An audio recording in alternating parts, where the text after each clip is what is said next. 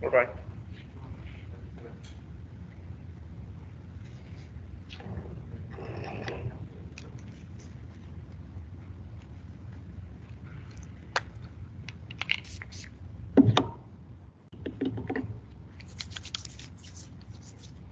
Buen día.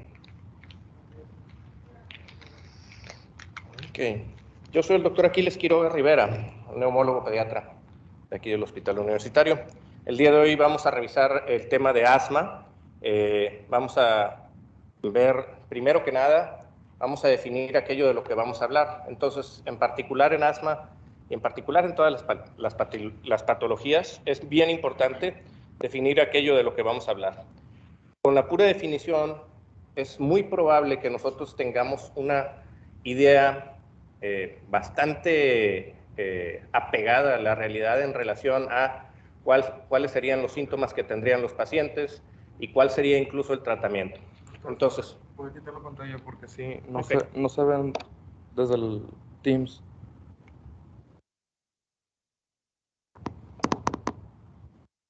¿La dejamos entonces? ¿Pedro? Sí. Okay. Muy bien.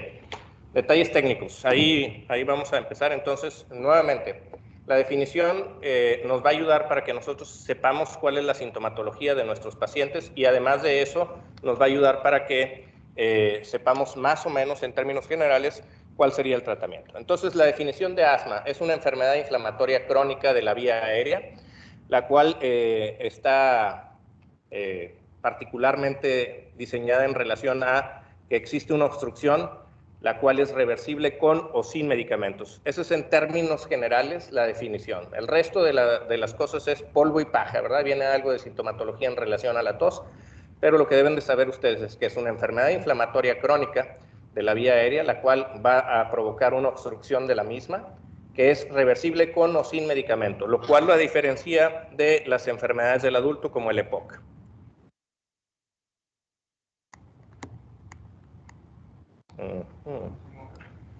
No se mueve, está...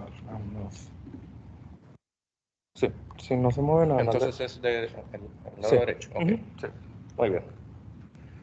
Muy bien. Desafortunadamente, el asma es la enfermedad respiratoria crónica más frecuente a nivel mundial. Es un padecimiento que se incrementa en la población infantil y afortunadamente se puede controlar. Ha tenido un incremento significativo a partir de 1960 de las enfermedades alérgicas. Ahorita vamos a revisar precisamente que la enfermedad asmática, particularmente en el paciente pediátrico, hasta el 80% de ellos es de etiología alérgica. En ciertos países industrializados la prevalencia se triplicó en las últimas 2 décadas, mayor afectación en menores de 4 años.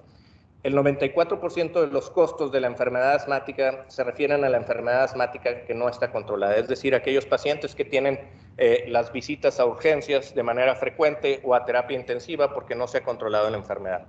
Tiene una prevalencia mundial de asma entre el 9 y el 19%, para América Latina es de 16%.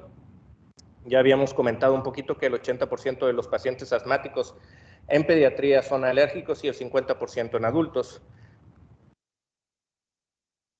Se estima que el asma causa alrededor de 1 de cada 250 muertes en todo el mundo. Esto es importante recalcarlo. ¿Por qué?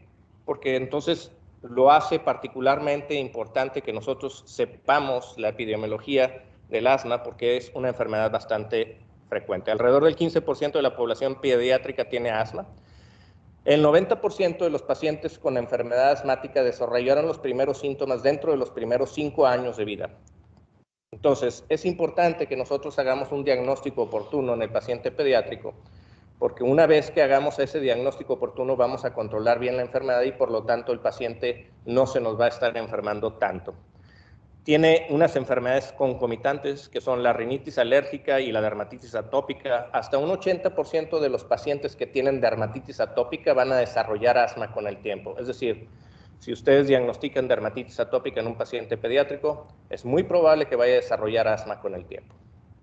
Pacientes con asma, el 50% de ellos van a tener rinitis alérgica. También esto es importante señalarlo, ya que una vez que controlamos la enfermedad asmática, a veces no podemos controlarla de manera adecuada porque no controlamos los síntomas de la rinitis alérgica. Muy bien, entonces ya habíamos platicado un poquito en relación que el asma es una enfermedad inflamatoria crónica de las vías aéreas. Entonces existen algunos factores de riesgo ambientales que pueden ser causales, aunque causales puede ser también genético. En realidad, esto hablamos, cuando hablamos de asma, las causas es multifactorial, y cuando decimos multifactorial es que no tenemos ni la menor idea. Pero sabemos algunas cosas, ¿no? Sabemos que algunos pacientes tienen una relación en relación a la herencia. Sin embargo, también sabemos que existen pacientes que tienen la misma carga genética, es decir, que son gemelos homocigotos, y que uno de ellos desarrolla la enfermedad asmática y el otro no. Entonces, de pronto existen algunas causas que pueden formar parte de que el paciente vaya a desarrollar la enfermedad asmática. ¿Qué podría ser esto? Un proceso infeccioso viral a cierta edad, el hecho de que los padres sean fumadores, es decir, tabaquismo pasivo, también está relacionado con esto, el hecho de estar en contacto con algunos otros gérmenes como el micoplasma o con irritantes ambientales. Entonces, ¿qué va a haber en la inflamación crónica? La inflamación crónica nos va a dar síntomas, ¿sí? Si el paciente está de manera crónica, la vía aérea inflamada, pues entonces, ¿qué quiere decir esto? Que ahí tenemos nosotros receptores de la tos. Estos receptores están alterados y entonces al momento de estar en contacto con un irritante ambiental o simple y llanamente el pasar de un cambio climático brusco a otro, va a desarrollar en este tipo de pacientes sintomatologías como la tos. Va a tener broncoconstricción intermitente, va a existir detonadores que van a hacer que estos pacientes desarrollen esto que se llama hiperreactividad bronquial. Ustedes lo han de haber escuchado mucho en el paciente pediátrico. La verdad es que existen algunas enfermedades que pueden tener hiperreactividad bronquial. En pediatría son el asma, la displasia broncopulmonar, la fibrosis quística, aquel paciente que tiene reflujo gastroesofágico o alteraciones en la mecánica de la deglución, que van a estar todos ellos con inflamación crónica de la vía aérea, pero que esta inflamación crónica es de diferente etiología que el asma. Es decir, cuando hablamos de hiperreactividad bronquial, estamos hablando de las características clínicas de un montón de enfermedades. También los pacientes con EPOC tienen esta hiperreactividad bronquial. El diagnóstico. Bueno, el diagnóstico, ¿cómo lo hacemos? Este diagnóstico lo hacemos a través de una historia clínica que le llamo yo una historia clínica neumológica pediátrica. ¿Por qué digo neumológica pediátrica? Pues porque soy neumólogo y somos medio sangrones. Pero la verdad es que una historia clínica bien hecha les va a llevar a ustedes al diagnóstico en la mayor parte de las entidades nosológicas que van a estar viendo a través de su formación. Entonces, puede ser que el paciente tenga sibilancias o un ruido respiratorio a la expiración, especialmente en los niños. Tos que empeora en la noche, ahorita vamos a platicar un poquito en relación a eso. Sibilancias recurrentes, dificultad respiratoria recurrente, tos nocturna, tos o sibilancias después del ejercicio. Resfriados que se van al pecho, que tardan más de 10 días en remitir. Estos pacientes muchas veces los familiares lo llaman que el paciente tiene cargado el pecho, que tiene un gorgoreo en el pecho o un hervidero de frijoles.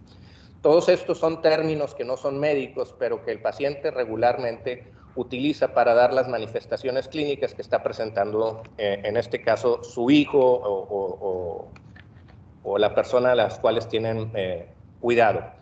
¿Por qué ocurre más la sintomatología durante la noche? Pues ustedes saben que la sintomatología en el paciente asmático va a ser en la noche y particularmente en la madrugada, porque como todas las enfermedades inflamatorias, y seguramente lo vieron mucho en reumatología, estas enfermedades inflamatorias van a ser dependientes de una hormona que nosotros tenemos, que es el cortisol. El cortisol tiene sus mayores niveles séricos durante el día, y luego durante la noche empiezan a ceder estos niveles a estar lo más bajo, alrededor de entre las 3 y las 5 de la mañana. 3 y 5 de la mañana. De tal manera que la mayor parte de las enfermedades inflamatorias que nosotros vamos a revisar, incluso los resfriados comunes que ustedes de pronto han tenido o han padecido, si se dan cuenta, la mayor parte de la sintomatología no podemos dormir en la noche porque tenemos más congestión nasal y tenemos más manifestaciones clínicas de la enfermedad. Y es por eso, porque los niveles séricos del cortisol, que es nuestro antiinflamatorio natural, son más bajos durante la noche. Entonces es importante señalar que estas manifestaciones clínicas precisamente se van a presentar más durante la noche. Existen un montón de entidades nosológicas que nos van a provocar obstrucción de la vía aérea y por lo tanto nos pueden semejar enfermedades parecidas al asma, y es por eso importante que nosotros tengamos en mente los diagnósticos diferenciales de esta. Desde una aspiración de cuerpo extraño que en el 90% de los casos va a tener un antecedente de atragantamiento cuando alguien estaba jugando con algo en la boca o comiendo algún alimento, que es importante señalar que si tienen ese episodio deben de referir a ese paciente, aunque después de que lo hayan revisado ustedes esté asintomático y hasta que tenga una radiografía de tórax normal, para que no tengan luego estos pacientes episodios recurrentes de sibilancias que están siendo tratadas como asma cuando lo que tienen es una aspiración de cuerpo extraño, o que tengan neumonías de repetición en el mismo lugar donde está alojado el cuerpo extraño, porque la mayor parte de los cuerpos extraños son radiolúcidos en el paciente pediátrico. Bronquiolitis, pues obviamente la bronquiolitis es el primer episodio de sibilancias en un paciente lactante que es menor de 2 años, ¿no? Entonces, si ha tenido varios episodios de sibilancias, pues ese paciente ya no es un paciente con sibilancias, con bronquiolitis. Neumonías, algunas neumonías virales, fibrosis quística, que son los pacientes normalmente que no ganan peso, que tienen evacuaciones diarreicas y que tienen episodios recurrentes de neumonías o de sibilancias.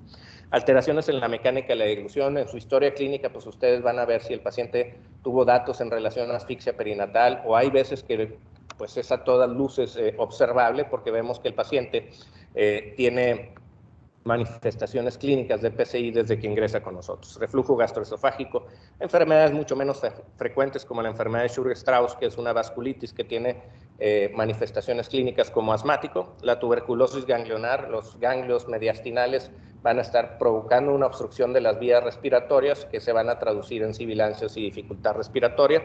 Esto también lo podemos añadir a ciertas lesiones oncológicas, sobre todo con el linfoma, malformaciones congénitas cardiopulmonares. Entonces, todas estas manifestaciones clínicas, sobre todo de situaciones de malformaciones congénitas, pues vamos a saber que van a estar presentes desde el nacimiento, y luego las otras, pues va a ser por el contacto, por los antecedentes heredofamiliares, etcétera, ¿no? Los hallazgos físicos que vamos a encontrar en un paciente van a ser desde que encontremos un paciente que tiene unas características clínicas físicas normales, es decir, a la exploración física nosotros no encontramos ninguna alteración porque nos los trajo al paciente mientras estaba en un episodio intercurrente donde no tenía broncoconstricción o no tenía broncoespasmo. Vamos a poder encontrar hallazgos en relación a las enfermedades concomitantes, es decir, hallazgos en relación a la rinitis alérgica, que va a ser edema de los cornetes, mucosa nasal pálida, saludo nasal, moco filante de color transparente, etcétera. Datos en relación a dermatitis atópica o dermografismo, ya lo saben ustedes, el dermografismo es cuando el paciente se rasca, se le marca, entonces ahí nos vamos a dar cuenta de todas estas características clínicas. Vamos a encontrar, por ejemplo, también un paciente con expiración prolongada, encontrando también que cuando vimos propedéutica médica, nosotros sabemos que en la inspiración vamos a auscultar toda la inspiración y solamente vamos a auscultar la tercera parte de la expiración, es decir, si encontramos la inspiración y la expiración más o menos semejantes, quiere decir que el paciente tiene una expiración prolongada y tiene obstrucción de la vía aérea que todavía no se traduce clínicamente a la auscultación como sibilancias. Y obviamente vamos a tener aquellos pacientes que tienen sibilancias audibles a distancia, dificultad respiratoria, lo que conocemos como diagnóstico de camión o de metro, no sé en qué se muevan ustedes, pero bueno, cuando decíamos diagnóstico de camión quiere decir que hasta el chofer del camión puede hacer el diagnóstico de que ese paciente es asmático, ¿no? Entonces, eso es lo más sencillo que nos puede tocar, pero nos puede tocar en todo el interrogatorio que nosotros exploramos al paciente, y a pesar de que tenemos el interrogatorio compatible, vamos a tener un paciente que clínicamente o físicamente está normal. El tratamiento se va a dividir a grosso modo en un tratamiento para la crisis asmática y un tratamiento crónico o de controlador, o a mí me gusta llamarlo preventivo. Me gusta llamarlo preventivo porque esa palabra la podemos utilizar con los padres para que sepan la importancia de utilizar el medicamento como medida preventiva para que sus hijos no se enfermen. Datos importantes en relación a diagnósticos. El diagnóstico es clínico, sin embargo podemos hacer una flujometría o una espirometría. En la flujometría el flujo expiratorio máximo va a estar reducido en estos pacientes y luego podemos hacer una prueba post-broncodilatador. La prueba post-broncodilatador debe tener una respuesta mayor a 12, al igual que en la espirometría, volumen expiratorio forzado de un segundo. En un segundo también la vamos a encontrar disminuida y vamos a tener una respuesta con el broncodilatador después de 15 minutos arriba de 12. Entonces, esas son sus pruebas funcionales para hacer el diagnóstico de asma. ¿Quiénes pueden hacer estas flujometrías y espirometrías? Las espirometrías las pueden hacer los pacientes arriba de los 6 años. Nunca soliciten una espirometría en un paciente menor de 6 años. Las flujometrías son mucho más sencillas y la pueden hacer ustedes en su consultorio normal, y esas las pueden hacer a partir de los 4 años.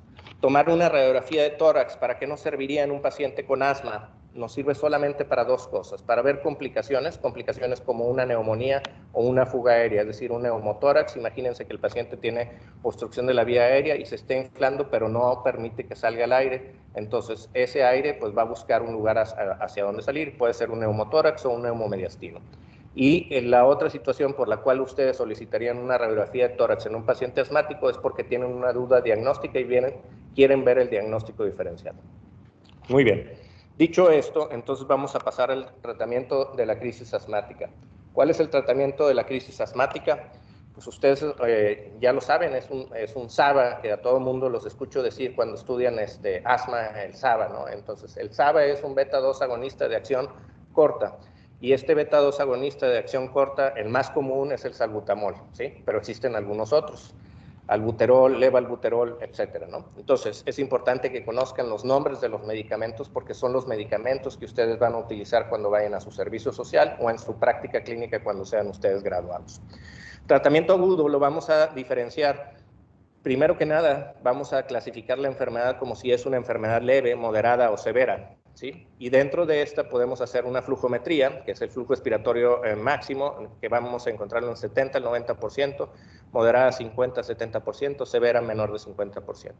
Lo más común es que no hagamos esto, sino vamos a vigilar la frecuencia respiratoria, la saturación de oxígeno, la disnea, la alerta, el uso de músculos accesorios y la auscultación. Entonces, todos estos son generalmente los que más vamos a utilizar. Es bien raro que vayamos a tomar nosotros una gasometría en un paciente asmático que llega a urgencias, pero nos vamos a guiar con todo lo demás para que nosotros hagamos un diagnóstico clínico para saber la severidad de la enfermedad. Entonces, en base a esto vamos a tomar decisiones. También es importante referir que en la auscultación, cuando los ruidos respiratorios están abolidos, quiere decir que está severa la enfermedad. Y esto solo, aunque tengas los demás en moderada, por ejemplo, va a ser una indicación para que lo trates como una severa. Y también, si ustedes ven un paciente nubilado, quiere decir que está empezando a retener CO2 y este paciente también se trata como una severa. El tratamiento agudo, pues obviamente si el paciente tiene una disminución en la saturación de oxígeno, pues va a ser emplear el oxígeno. ¿Cómo lo vamos a emplear? Porque de repente esa es una pregunta muy frecuente entre los estudiantes de medicina. La respuesta es como mejor lo tolere el paciente. Es decir, yo no le voy a poner un casco cefálico a un paciente de 14 años, a lo mejor con unas solas puntas nasales es más que suficiente. A lo mejor ese mismo casco cefálico tampoco lo voy a utilizar en un niño de 2 años porque va a estar todo ansioso y lo vas a separar de los brazos de la madre. Entonces, a veces solamente ponemos un flujo para mantener una saturación de oxígeno mayor por lo menos del 92%. O bien le vamos a poner una mascarilla con oxígeno con reservorio, ¿sí? Entonces, todas estas maneras de utilizar el oxígeno van a depender de las características que tenga su paciente para que ustedes tomen la mejor decisión posible para administrar el oxígeno. El salbutamol o albuterol vamos a utilizarlo a razón de 100 a 150 microgramos por kilo por dosis. Eso es lo que significa 0.15 miligramos por kilo por dosis. Va a depender el manejo dependiendo de cómo vaya evolucionando nuestro paciente. ¿Qué quiero decir con esto? Que si el paciente le doy yo, en este caso podría ser 4 disparos, y el paciente mejora, o le doy la nebulización a 150 microgramos por kilo por dosis y el paciente mejora inmediatamente, ya no tiene uso de músculos accesorios, la saturación se encuentra de manera correcta en estos momentos, pues a lo mejor hasta ahí ya terminé mi tratamiento. Pero si el paciente no evoluciona de manera adecuada y está clasificado como un severo, entonces vamos a utilizar cada 20 minutos por 1 hora y luego cada hora por las siguientes 4 horas. Obviamente todo esto es una evolución dinámica y vamos a tomar decisiones de acuerdo a esto. Si el paciente no tiene una buena evolución solamente con el salbutamol o con el albuterol, vamos a utilizar otra diferente vía para hacer una broncodilatación, que va a ser una vía colinérgica a través del bromuro de ipratropio. Los esteroides sistémicos regularmente los utilizamos en los pacientes que llegan a urgencias o que llegan por la madrugada porque ya tienen generalmente un tiempo de evolución largo o prolongado. Y el preferido es la metilprednisolona de 1 a 2 miligramos por kilo cada 6 horas. Obviamente también va a depender de dónde se encuentren.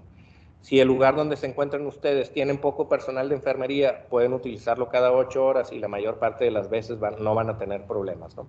La aminofilina casi no lo utilizamos ya, se utilizaba mucho, sin embargo, los pacientes que ustedes ven que no tienen una buena evolución clínica y que creen que van a tener que pasar este paciente a terapia intensiva, disminuye las posibilidades de que ustedes tengan que asegurar la vía aérea y darle ventilación mecánica a su paciente, es decir, que vayan a tener que intubar al paciente. El uso de sulfato de magnesio también lo usamos en casos severos, generalmente se pasa en bolos de 25 a 50. Es bien importante también señalar, porque cuando no tenemos mucha experiencia en esto decimos, no, es que no ha roto el broncoespasmo, y eso generalmente lo van a escuchar ustedes muy frecuentemente. Y dice, no ha roto el broncoespasmo porque sigue teniendo el paciente sibilancias. Pero si el paciente tuvo mejoría, es decir, la saturación de oxígeno mejoró, ya no tiene uso de músculos accesorios, pero sigues auscultando sibilancias, ese paciente ya mejoró. No es necesario que te brinques un paso y des tratamiento con sulfato de magnesio. Muy bien. Ahora, ya pasándonos al tratamiento de control crónico o preventivo, es importante señalar que a lo mejor no es lo que nosotros pensamos cuando entramos a medicina o lo que nos gusta más en estos momentos, que es la terapia intensiva y estar en el tratamiento agudo de la enfermedad y el uso de medicamentos, ¿no? El tratamiento más importante en estos son todos los que ven ustedes ahí. Es decir, la educación al paciente, es importante que el paciente sepa de qué se trata la enfermedad, sepa por qué vamos a utilizar los medicamentos y cómo vamos a utilizarlo. El control medioambiental es igual de importante, es decir, podemos nosotros utilizar el mejor medicamento que tengamos a la mano, anticuerpos monoclonales contra IgE, sérica, pero si el paciente no lo sacamos de un medio ambiente que es hostil para su enfermedad, pues no vamos a tener una buena respuesta terapéutica y por lo tanto el paciente no va a tener una buena evolución clínica y por lo tanto la calidad de vida de ese paciente pues no va a ser buena y seguramente va a cambiar de médico, ¿no? Entonces, que también es importante, de pronto no lo platicamos aquí nosotros, pero por lo menos yo tengo un ego un poquito grande en relación a que no quiero que se me vayan los pacientes, ni siquiera los públicos. Medicamentos obviamente son muy importantes y también son importantes señalar cómo deben de utilizarlos y cuándo deben de utilizarlos, que nos vuelve a la educación del tratamiento, la educación del paciente. Inmunoterapia, lo ponemos al último, no quiere decir que no sea importante, sí es importante. No todos los pacientes requieren inmunoterapia. Probablemente unas pruebas de alergias valgan la pena, pero si el paciente es alérgico a una sola planta que tiene el familiar dentro de la casa, pues no va a necesitar inmunoterapia, lo único que hay que hacer es deshacernos de esa planta, ¿verdad? Regalársela a algún familiar o bien si es un gato o un perro también regalárselo a algún familiar, ¿no? O sea, no quiere decir esto que esté yo en contra de los animales, de hecho tengo 2 gatos en la casa y un perro. Entonces, historia natural del asma infantil, también esto es importante, ¿no? Hay muchos pacientes que tienen sibilancias durante las primeras etapas de su vida, particularmente dentro de los primeros 5 a 7 años de vida. Son conocidas como sibilancias tempranas transitorias, hasta el 20% de los pacientes, sibilancias de inicio tardío, el 15%, y sibilancias persistentes. ¿Cuál va a ser la diferencia? Si se fijan ustedes ahí, hasta el 50% de los pacientes tuvieron sibilancias, por lo menos en alguna ocasión de su vida, durante los primeros 3 años. Entonces, muchos pacientes tuvieron sibilancias y no necesariamente implica que sean asmáticos. Y de ahí vienen un montón de tratamientos en relación a, cómprele un chihuahueño para que se le quite. Y entonces le compran el chihuahueño, o le dan chochos, o le dan un montón de otros tratamientos alternativos, que no digo que no se valgan. El paciente, cuando le está yendo mal, es válido que utilice un montón de tratamientos con la intención de ver si mejora o no. Entonces, para eso existe una cosa que se llama índice predictivo de asma de Castro Rodríguez, que es un paciente que tiene sibilancias recurrentes que son mayores o igual a 3 episodios en el último año y que por lo menos uno de ellos haya sido diagnosticado por un médico. No necesariamente tienen que ser ustedes. Más un criterio mayor, diagnóstico de eczema, es decir, de dermatitis atópica en menores de 3 años, historia de asma en los padres, en cualquiera de los dos, o 2 criterios menores, diagnóstico de rinitis alérgica en menores de 3 años, sibilancias que no hayan venido acompañadas de una infección respiratoria aguda, que es una de las causas principales de recaída en los pacientes asmáticos, o que tenga una eosinofilia de mayor o igual al 4%. Si es positivo este índice predictivo, hasta el 65% de ellos van a ser asmáticos. Pero fíjense qué importante, si es negativo, quiere decir que el 95% de los pacientes se les va a quitar la enfermedad cuando llegan a la edad de entre 5 y 7 años. Y es por eso que todos tienen ahí la impresión de que se le quitó el asma, me la curó, porque le compramos el chihuahueño, ¿no? Entonces, nada más para que tomen en consideración esto. Bueno, ya el GINA es ahorita del 2021, si mal no recuerdo. Es un documento referenciado que vale la pena que le den una revisada. Vamos a revisar aquí como quiera unas cosas. Pero lo más importante es que nosotros clasificamos la enfermedad asmática en niveles de control y sigue aún así. Y se trata como un paciente que tiene un asma controlada, parcialmente controlada o no controlada. Generalmente tenemos que poner mucho énfasis al momento de estar revisando a nuestro paciente qué tan seguido ha tenido o no que utilizar el medicamento de rescate, es decir, el beta-2 agonista de acción corta. Es importante señalar que los beta-2 agonistas de acción prolongada, que son el formoterol y el salmeterol, deben de utilizarse siempre con un esteroide inhalado. Okay, el tratamiento de elección en todos los pacientes es los esteroides inhalados, los corticosteroides inhalados. Cuando hablamos de corticosteroides inhalados, de pronto como que nos asustamos, ¿no? Oye, vamos a utilizar el tratamiento con esteroides inhalados mucho tiempo. Recuerden nada más que los medicamentos inhalados los utilizamos en microgramos, eso es en primer lugar. Y la otra es que son tópicos, es decir, que se utilizan para que actúen solamente a ese nivel. Pero como ustedes recordarán, todos los medicamentos tópicos que nosotros utilizamos tienen una cosa que se llama biodisponibilidad que vimos en farmacología. Esa biodisponibilidad solamente significa que es la cantidad de medicamento tópico que pasa al torrente circulatorio y que por ende nos puede dar efectos colaterales a nivel sistémico. Muy bien, las metas en el tratamiento, dependiendo de quién lean, ¿verdad? Pero en términos generales son iguales. La British Thoracic Society y la GINA son mínima sintomatología por las mañanas y en las noches, necesidad mínima de los medicamentos de rescate, que no tengan exacerbaciones, que no exista limitación en la actividad física. Esto también es importante porque de pronto nos dicen, no, pues doctor, ya no lo dejo salir a jugar con los amigos porque pues se enferma y entonces la calidad de vida de ese paciente pues ya no va a ser la misma. Acuérdense ustedes que la actividad física va por ende muy relacionada a que los pacientes luego padezcan otro tipo de enfermedades, ¿sí? Como obesidad. Entonces, esta obesidad además hace que el paciente que padece de obesidad y que tiene además asma, es más difícil de controlar la enfermedad. Pruebas de función normales y que no tengan efectos adversos relacionados a los medicamentos que utilizamos. Es mejor utilizar los medicamentos corticosteroides inhalados a que el paciente nos esté recayendo de manera frecuente y por lo tanto que estemos utilizando esteroides sistémicos de manera recurrente 6 o 8 veces al año, ¿no? Esto es otra clasificación que existe, que es asma leve intermitente, leve persistente, moderada persistente y severa persistente. Esto solamente lo utilizamos para saber cómo vamos a empezar a veces el tratamiento cuando todavía no sabemos si el paciente, obviamente cuando llega con nosotros la mayor parte de las veces no está controlado, ¿no?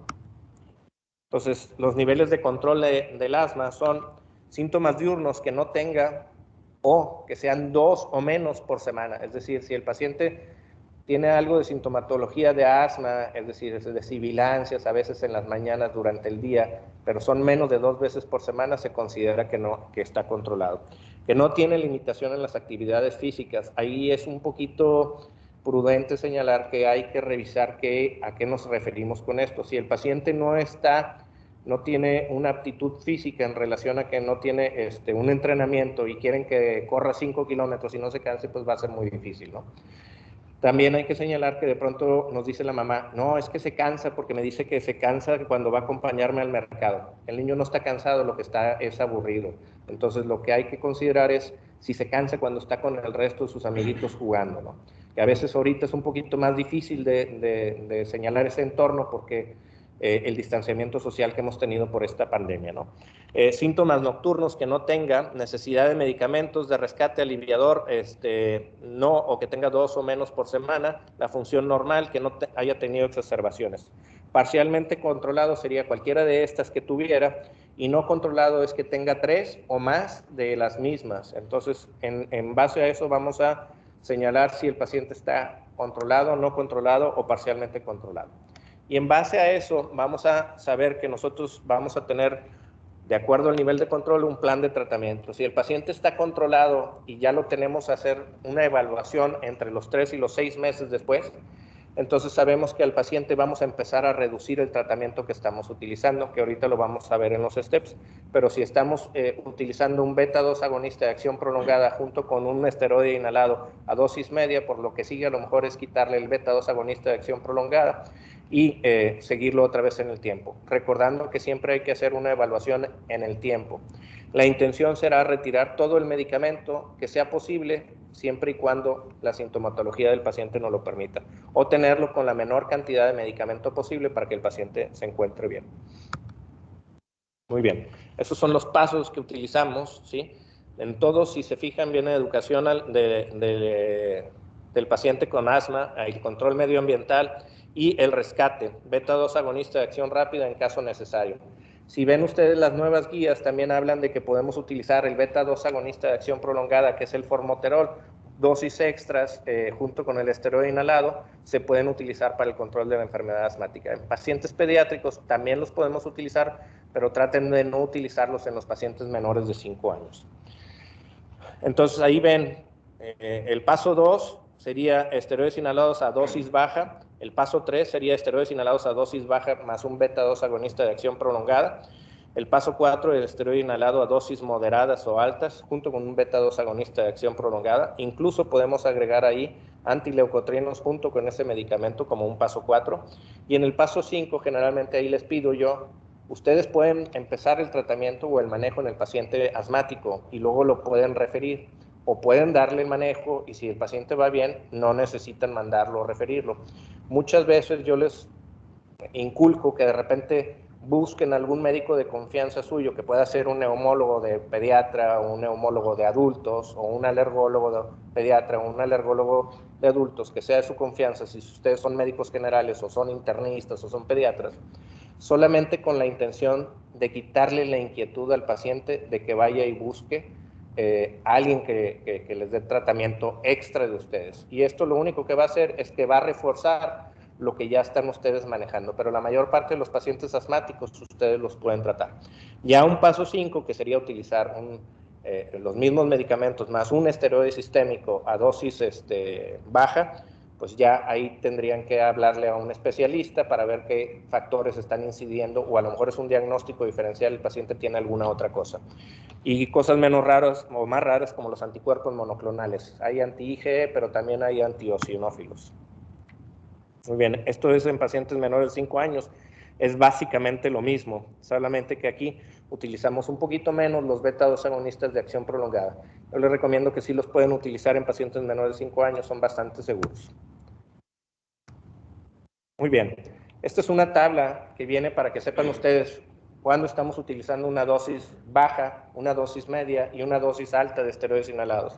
Y ahí vienen los diferentes esteroides inhalados que nosotros utilizamos. La beclometasona, que es el papá de los pollitos porque fue el primero, que a lo mejor ya casi no lo utilizamos, pero depende de dónde se encuentren ustedes trabajando. Si van a estar en el Seguro Social o en Salubridad, todavía los utilizamos y son medicamentos que funcionan igual de bien. Budesonide, ciclesonide, fluticasona o memetasona son otro tipo de medicamentos que podemos utilizar, y ahí vienen las dosis bajas, las dosis medias y las dosis altas.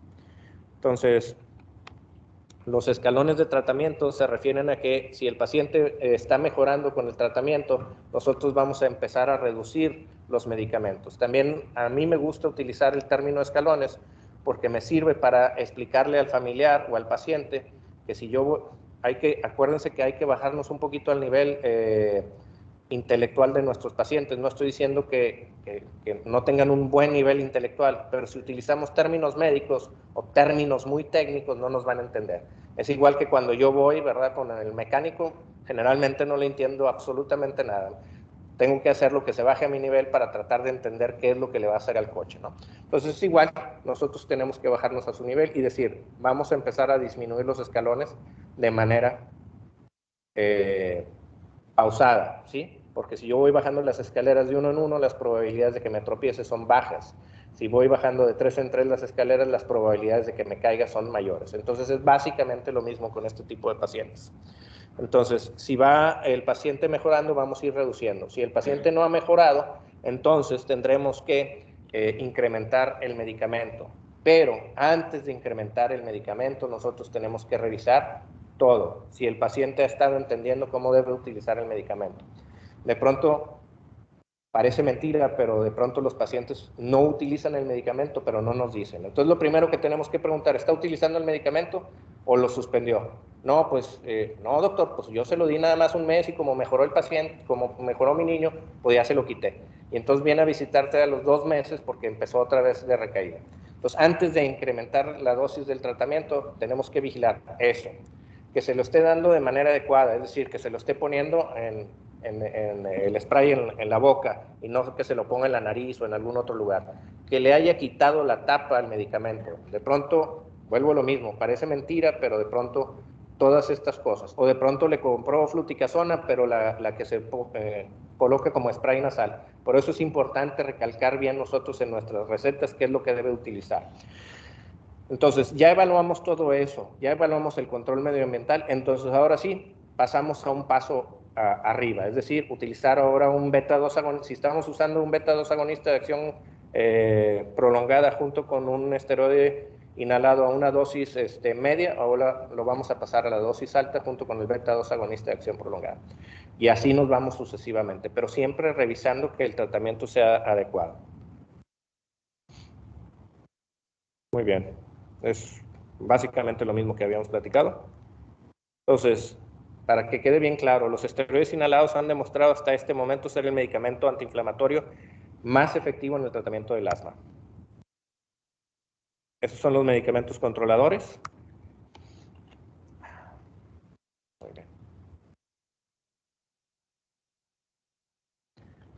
Los beneficios de los usos de los esteroides inhalados. El uso de esteroides inhalados disminuye hasta en un 80% el número de hospitalizaciones y por ende los costos de la enfermedad. Existe una disminución en el uso de beta-2 agonista de rescate en los pacientes. Recuerden que el beta-2 agonista de acción corta, el SABA, es un medicamento que va a tener taquifilaxia. ¿Qué significa taquifilaxia? Que cada vez van a requerir más medicamento para obtener la misma respuesta terapéutica. ¿Sí? Entonces va a llegar un momento en que el paciente, si no ha sido controlado, ya no va a funcionar el beta-2 agonista de acción corta y entonces nos vamos a meter en un problema y va a ser un paciente que va a terminar a lo mejor en terapia intensiva. Entonces es bien importante recalcar estos detalles. Protegen contra los efectos de los antígenos inhalados, es decir, los pacientes, a pesar de que no utilicemos la inmunoterapia, van a estar protegidos porque vamos a disminuir la inflamación crónica de la vía aérea y por lo tanto la respuesta inmunológica que van a tener a los antígenos inhalados. Disminuye el score clínico del paciente asmático, incrementa el volumen expiratorio forzado en un segundo en las pruebas de función pulmonar, disminuye la variabilidad del PEF, matutino y vespertino. Normalmente la variabilidad va más o menos entre el 10 y el 15% en los pacientes. Es decir, tú puedes tener un PEF en la mañana y vas a tener un PEF en la tarde o noche y va a ser diferente y esa variabilidad la disminuye. Mejora la calidad de vida. Puede disminuir el daño a largo plazo de la función pulmonar en pacientes mal controlados, es decir, lo que nosotros conocemos como remodelación de la vía aérea. Esta remodelación de la vía aérea termina siendo un paciente que tenía una reversibilidad de la obstrucción, ahora resulta que ya no va a ser tan reversible y se va a empezar a comportar como una EPOC. Reduce la necesidad del uso de esteroide sistémico de rescate, reduciendo a su vez los efectos colaterales del mismo, lo que habíamos platicado hace unos instantes, que es mejor utilizar los esteroides inhalados, tópicos a estar utilizando 6 veces al año esteroide sistémico de manera frecuente, ¿no? Uso de esteroides, efectos colaterales, esto es bien importante y es importante señalarlo a los familiares, porque los familiares siempre dicen, doctor, me dijo mi comadre que tiene cortisona, y sí es cierto. Entonces, no piensen que los pacientes no leen. Sí leen, el problema es que leen cosas que a veces no tienen ningún sentido. Entonces, nuestra labor es informar a nuestros pacientes sobre lo que nosotros estamos haciendo para mejorar la salud de ellos. Y todos, absolutamente todos, la comadre, el tío, el primo, todos les dan estas informaciones con la intención de ayudarlos, pero a veces lejos de ayudarlos los confunden más. Entonces nuestra labor nuevamente es no confundirlos e informarlos de manera adecuada. Los medicamentos inhalados dan como efecto colateral común la disfonía y se reporta hasta en el 20% de los casos. ¿Qué quiere decir esto? Que el paciente que está utilizando esteroide inhalado va a cambiar el tono de voz y entonces va a tener una voz más aguardientosa o más varonil. Y eso no quiere decir que se esté virilizando el paciente o volviendo machín, utilizando términos muy coloquiales, ¿no? Esto lo único que quiere decir es que tiene un efecto a nivel local en las cuerdas vocales y no es un efecto a nivel de virilización. Una vez que suspenden el medicamento, se quita este efecto, entonces no se preocupen, y ocurre en 1 de cada 5 pacientes. Existen reportes en relación a moniliasis, encontrándose en algunos estudios en un 4% de los pacientes con esteroides inhalados contra un 2%, es decir, se incrementa la moniliasis. Si ustedes utilizan un espaciador con válvulas de no reinhalación, las probabilidades de que esto ocurra se reducen bastante. Si el paciente después hace enjuagues con la boca, es decir, agarra agua, solamente agua, no agua carbonatada, y hace enjuagues con la boca, también se va a reducir. Si tienen pacientes muy pequeñitos, a veces lo que utilizamos cuando los nebulizamos es que la madre agarre una gasa húmeda y la pase por dentro de la boca del niño. Muy bien. Osteoporosis, hipertensión, todos esos son los efectos colaterales que conocemos de los esteroides. En pediatría es muy importante el retardo en el crecimiento, ¿verdad? Entonces, uso de esteroides, efectos colaterales, esteroides inhalados, disminución de la velocidad de crecimiento de 0.8 centímetros por año en el crecimiento cuando se utiliza una dosis de budesonida de 0.5 miligramos a 1 miligramo, es decir, de 500 microgramos a 1000 microgramos, con una media de uso de 304. ¿Qué quiere decir esto? Que el paciente puede haber una reducción en el crecimiento, pero son dosis muy elevadas y por mucho tiempo. Y es bien raro que utilicemos esto. De cualquier manera, se ha visto que una vez que tú disminuyes o que quitas este tratamiento, el paciente recupera en su curva el crecimiento. Entonces, para que no se me asusten. Pero es importante señalarlo porque de pronto ustedes van a leer algunos reportes en algunos artículos y en esos artículos luego nos vamos a espantar, ¿no? Los efectos colaterales sistémicos se observan a las siguientes dosis, depende de lo que ya habíamos platicado ahorita, ¿no? Lo que habíamos platicado en relación a la biodisponibilidad del medicamento, y esta es la biodisponibilidad de los medicamentos que nosotros conocemos a nivel de los esteroides inhalados, viendo que la fluticasona es de los que menos tienen, la budesonida del 14% y la beclometasona hasta un cuarto del medicamento puede tener en relación a biodisponibilidad. Ok. Los medicamentos inhalados los podemos utilizar de diferentes maneras o los vamos a encontrar de diferentes maneras en el mercado. Existen soluciones para nebulizar, que casi no las estamos utilizando ahorita por la pandemia. Medicamentos en inhalador de dosis medida, que son los aerosoles, que ustedes conocen, y medicamentos en polvo seco. ¿Cómo vamos a tomar decisiones para saber cuál vamos a utilizar? De entrada, para esteroides inhalados, yo no les recomiendo que utilicen nebulizaciones. ¿Por qué? Porque las nebulizaciones las van a tener que utilizar a largo plazo. No sé si a ustedes les haya tocado nebulizar a un niño, pero nebulizar es 15 a 20 minutos y luego estás persiguiendo al niño para que se mueva, para que esté inhalando el medicamento. Entonces, utilizarlo a lo mejor mientras está el paciente gravemente enfermo, los primeros 7 días, pues a lo mejor te hace caso la mamá, pero para tiempos prolongados te va a dejar de hacer caso y por lo tanto no va a mejorar el paciente. Entonces, lo mejor es un inhalador de dosis medida y en pacientes mayores de 5 años, yo diría que hasta 6 años, utilicen los inhaladores de polvo seco. Se supone que desde los 4 años lo pueden utilizar, pero es importante recalcarlo, ¿no? Los inhaladores en polvo seco requieren de un flujo inspiratorio entre 30 a 90 litros por minuto, la cual pueden realizar pacientes mayores de 4 años. Inhaladores de dosis medidas en niños pequeños se deben utilizar espaciadores o aerocámaras que disminuyen el depósito orofaringeo, pero además van a aumentar la disponibilidad del medicamento en su vía aérea. Si ustedes ponen un inhalador de dosis medida en un paciente que no tiene una buena técnica de inhalación, el medicamento se va a quedar en la orofaringe, no va a funcionar y además te va a traer más efectos colaterales. Ok, también recalcar esto. Los inhaladores, el inhalador de dosis medida en los espaciadores a veces se va formando una pequeña capa que se ve como de color blanquecino. Esos son los medicamentos, esa es parte del medicamento que se ha ido quedando pegado en el acrílico. no se vale tallar y no se vale secar la aerocámara por dentro, porque si no van a crear estática y el medicamento se va a quedar, seguir quedando pegado y por lo tanto no va a funcionar. Entonces de repente hay mamás que son muy obsesivas y que les gusta estar lavando a todo momento la cámara espaciadora. Entonces, no, con agua jabonosa se lava 2 veces por semana, como si fuera sábado martini, ¿verdad? Pero como si fuera un biberón, y luego lo enjuagan y lo ponen en el escurridor. Se hace 2 veces por semana sin problema. Muy bien. Ok, esto es algo que ya vimos, obviamente es algo muy viejo. Arnold Schwarzenegger lo consideramos un héroe cuando hizo Conan, ¿verdad? Pero cuando estuvo de gobernador en California, pues parecía más bien un villano, ¿verdad? Sobre todo para nosotros los mexicanos, pues porque deportaba a mucha gente y no quería migrantes, siendo él un migrante austriaco. Pero bueno, pues así es esto. Entonces, dificultades en la inhalación de medicamentos en los niños de 2 a 5 años es que tenemos que utilizar estas cámaras espaciadoras. Nosotros casi siempre les decimos a nuestros pacientes, es importante, los medicamentos en aerosol casi todos se agitan. Probablemente el único que no sea así sea el Convivent, pero ustedes acostúmbrense a enseñarle a los pacientes que siempre lo agiten.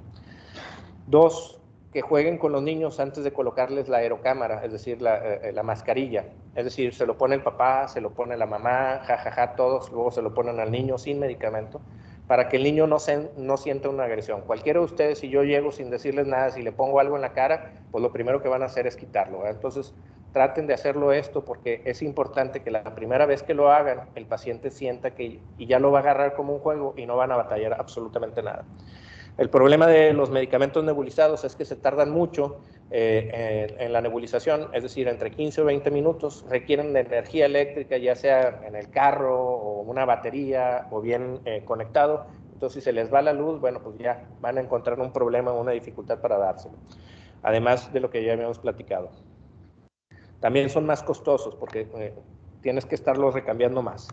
Los otros medicamentos inhalados, los inhaladores de dosis medida, casi todos ellos duran aproximadamente un mes. Hay algunos que duran 15 días, nada más para que chequen la cantidad de dosis y que el paciente, recalcar, que anote el inhalador de dosis medida, que anote cuándo lo empezó. Porque si no el paciente va a seguir utilizándolo y sigue saliendo el propelente, en este caso, que ya no trae medicamento, y piensa que todavía le están dando medicamento. Muy bien, aspectos relacionados con el tratamiento actual del control del asma. La efectividad es igual a la eficacia que tiene el medicamento, pero también por el apego. ¿Y en qué se va a relacionar el apego? Pues oral contra inhalado, pues a veces el oral es un poquito más sencillo. La frecuencia de la dosificación, esto lo hemos visto en antibióticos. Antes los antibióticos se utilizaban cada 6 horas y entonces el paciente, veíamos nosotros mucha fiebre reumática porque daban cada 6 horas para faringoamigdalitis estreptocócica y entonces de pronto el paciente utilizaba el medicamento los primeros 2 días, como le decíamos, y luego ya lo usaba uno en la mañana y otro en la noche y no era suficiente para erradicar el efectos colaterales. Entonces, si utilizan un medicamento que es una sola vez al día, pues qué mejor. Si es 2 veces al día, pues muy bien. Ya 3 veces al día, difícilmente el paciente va a tener un seguimiento con nosotros. Efectos colaterales, si le dan cualquier cosa y el paciente le empieza a salir una joroba y acné y un montón de cosas, pues inmediatamente va a suspender el medicamento. Los costos también son importantes. Aquí es importante también recalcar, porque estas cosas, por ejemplo, la aerochambra a lo mejor cuesta unos 600 pesos, más el medicamento cuesta 700 pesos, más el tratamiento, más la consulta con ustedes, pues ya es un montón de dinero. Pero hay que sentar al paciente y explicarle, ¿verdad? Esto va a reducir los costos a largo plazo porque no vas a tener que estar comprando un montón de medicamentos que luego van de repente, oye, fui a la farmacia similar y me dieron Ambroxol y me dieron Mucolin o Mucovibrol C y un montón de medicamentos que no sirven absolutamente para nada en este tipo de casos, más la consulta, más el traslado. Entonces todo eso va a disminuir los costos del paciente. El inicio de acción, si el paciente va a empezar a mejorar hasta después de 4 o 6 meses, pues entonces el paciente va a buscar alguna otra opción. La mayor parte de los pacientes asmáticos mejoran dentro de los primeros 15 a 20 días, si no es que antes. Y revisar las técnicas de inhalación que sean las apropiadas. Creo que eso es todo. No sé si existan preguntas aquí del auditorio o de los que nos están acompañando a distancia.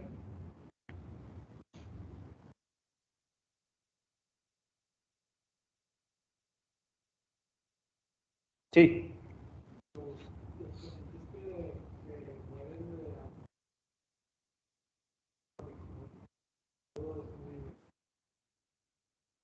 Ok, sí. Voy a repetir la pregunta aquí. Me preguntan que si los pacientes que mueren de asma es crónico y no tanto agudo. La respuesta es sí, es porque tiene una enfermedad mal controlada y que habitualmente han tenido problemas con taquifilaxia con el salbutamol y entonces no tienen una buena respuesta. Terminan muriendo por una crisis asmática, pero en un paciente generalmente mal controlado.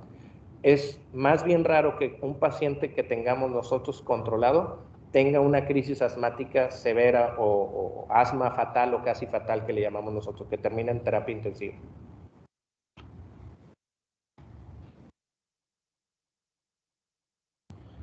Muy bien, pues si no hay dudas, les agradezco su atención y pues síganse cuidando. Saludos.